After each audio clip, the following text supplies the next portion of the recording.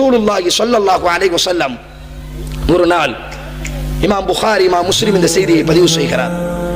ஒரு நாள் அல்லாஹ்வின் தூதர் ஃபஜ்ர் தொழுவதற்கு பிறகு நபித்தோழர்களை பார்த்து திரும்புகிறார்.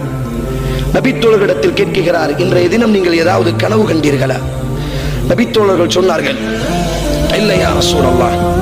அல்லாஹ்வின் தூதர் கூறினார், நான் இன்றைய தினம் ஒரு கனவு கண்டேன். நான் இன்றைய தினம் ஒரு கனவு கண்டேன். 2 வானவர்கள் என்னை ஒரு இடத்திற்கு அழைத்து சென்றார்கள். அந்த இடத்திலே ஒரு இடத்திற்கு மேலே நான் ஏற்றி வைக்கப்பட்டேன். 2 வானவர்கள் என்னை தூக்கி சென்றார்கள். நரகம் அங்கு என் கண்களுக்கு முன்னால் காட்டப்பட்டது. சாதாரணமாக பார்க்கக்கூடிய பாவம், மலிந்துவிட்ட பாவம், சந்தர்ப்பம் அமையாதா என்று இளைஞர்கள் பதறக்கூடிய பாவம், ஏதாவது ஒரு வாய்ப்பு கிடைக்காதா என்பதாக இளைஞர்கள் இந்த பாவத்தை நோக்கி விரைவாக பயணம் செய்கிறார்கள்.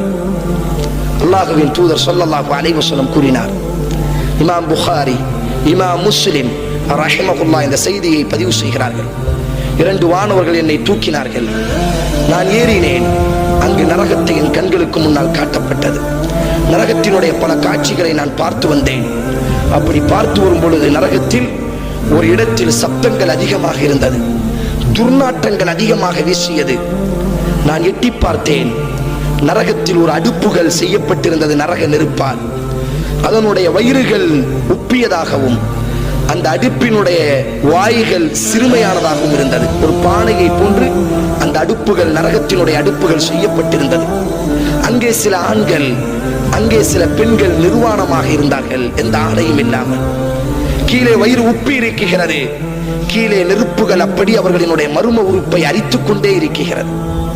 அவர்கள் அந்த வேதனை தாங்க முடியாமல் அந்த அடுப்பிற்கு மேலாக துள்ளி குதிக்க நினைத்து வெளியேற நினைத்தால் அந்த அடுப்பினுடைய வாயுமோ மிக குறுகியதாக இருப்பதினால் அவர்களால் அந்த அடுப்பை விட்டு வெளியே தப்பிக்க முடியவில்லை. மீண்டும் அவர்கள் கீழே விழுகிறார்கள். மீண்டும் அந்த நரகத்தினுடைய நெருப்புகள் அவர்களினுடைய மர்ம உறுப்பை அப்படி அரிக்க ஆரம்பிக்கிறது. இப்படி கியாம நாள் வரை இந்த ஹதீஸுக்கு இப்னு அப்பாஸ் விளக்கம் கொடுத்தார். இது கபரினுடைய வேதனை.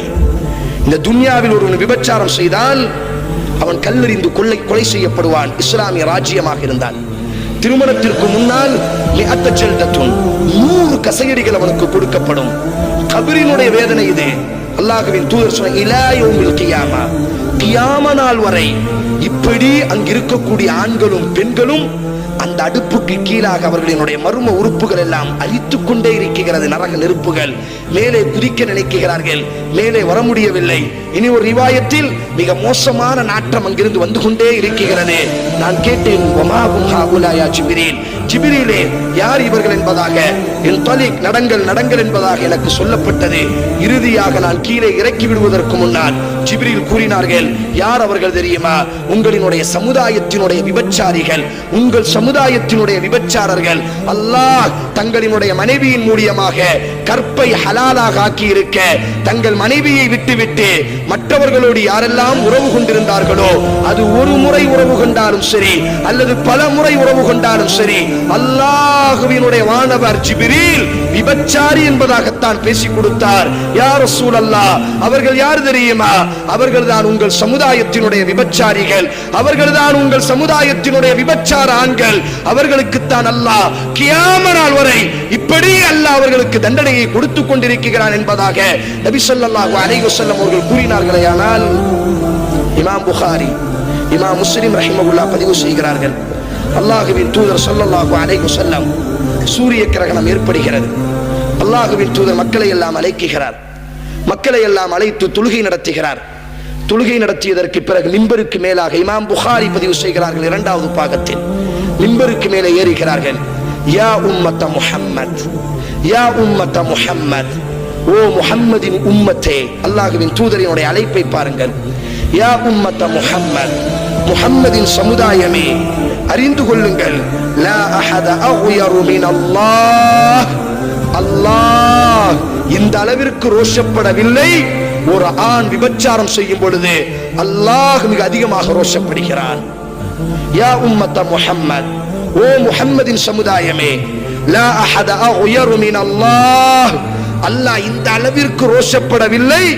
முஹம்மதின் சமுதாயத்தில் ஒரு பெண் விபச்சாரத்தில் ஈடுபடும் பொழுது அல்லாஹ் மிக அளவுக்கு அதிகமாக ரோஷப்படுகிறான் என்பதாக ரசூலுல்லாஹி ஸல்லல்லாஹு அலைஹி வஸல்லம் அவர்கள் கூறினார்களேயானால் இன்றைக்கு எத்தனை சகோதரர்கள் என்ன நினைப்பிலே நாங்கள் வாழ்ந்து கொண்டிருக்கிறோம்.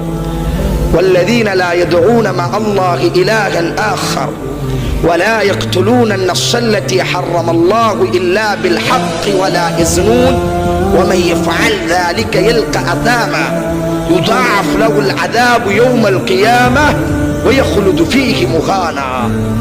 சூரா ஃபுர்கான். அந்த இறை நம்பிக்கையாளர்கள் யார்? லா யதுஊன மஅ அல்லாஹி இலாஹன் ஆஹர். அல்லாஹ்வை விட்டுவிட்டு அவர்கள் மற்ற யாரையும் அழைக்க மாட்டார்கள், பிரார்த்திக்க மாட்டார்கள். வலா யக்துலூன அன்-நஃப்ஸ அல்லதி ஹர்ரம அல்லாஹு இல்லா பில் ஹக். அல்லாஹ் தடுத்திருக்கக்கூடிய எந்த ஆன்மாவையும் கொலை செய்ய மாட்டார்கள். வலா யஸ்னூன். அந்த இறை நம்பிக்கையாளர்கள் விபச்சாரம் செய்ய மாட்டார்கள். வமன் யஃஅல் ذلك يلقى أثاما يضاعف له العذاب يوم القيامة ويخلد فيه مهانا. அப்படி யாராவது இறை நம்பிக்கையை ஏற்றதற்கு பிறகு இந்த பாவத்தை செய்வார்களேயானால் இறை மறுப்பாளர்களுக்கு கொடுக்கக்கூடிய தண்டனையை விட 2 மடங்கு அவர்களுக்கு தண்டனை கொடுக்கப்படும். ويخلد فيه مهانا. அந்த நரக நெருப்பிலே அவர்கள் நிரந்தரமாக இருப்பார்கள். இப்னு அப்பாஸ் ரலியல்லாஹு இதற்கு விளக்கம் கொடுத்தார்கள். அல்லாஹ் நினைத்தால் சில பாவங்களை மன்னிப்பான், அப்படி சில பாவங்களை வைத்திருக்கிறான். ஆனால் இந்த விபச்சாரத்திற்கு மட்டும் இப்னு அப்பாஸ் ரலியல்லாஹு விளக்கம் கொடுத்தார்கள். ஷிர்கிற்கு பிறகு, கொலைக்கு பிறகு இந்த பூமி பந்தில் மிக கொடூரமான ஒரு பாவம் இருக்குமையானால் அது விபச்சாரம். இந்த விபச்சாரத்தையும் இணை வைப்பையும் கொலையையும் எவன் செய்வானோ அல்லாஹ் அவனை கண்டிப்பாக தண்டிப்பான். அந்த தண்டனையை அவன் அனுபவிக்காமல் அவன் சொர்க்கம் நுழைய மாட்டான் என்பதாக. எவன் விபச்சாரம் செய்வானோ அவன் நிரந்தரமாக நரகத்தில் இருப்பான் என்பதற்கு இப்னு அப்பாஸ் எப்படி விளக்கம் கொடுத்தார்களே, ஆனால் அந்த விபச்சாரத்திற்கு குறித்தான தண்டனையை அனுபவிக்காமல் அவன் சொர்க்கம் நுழைய மாட்டான், கண்டிப்பாக அந்த தண்டனையை அவன் அனுபவிப்பான் என்பதாக விளக்கம் கொடுத்தார்கள்.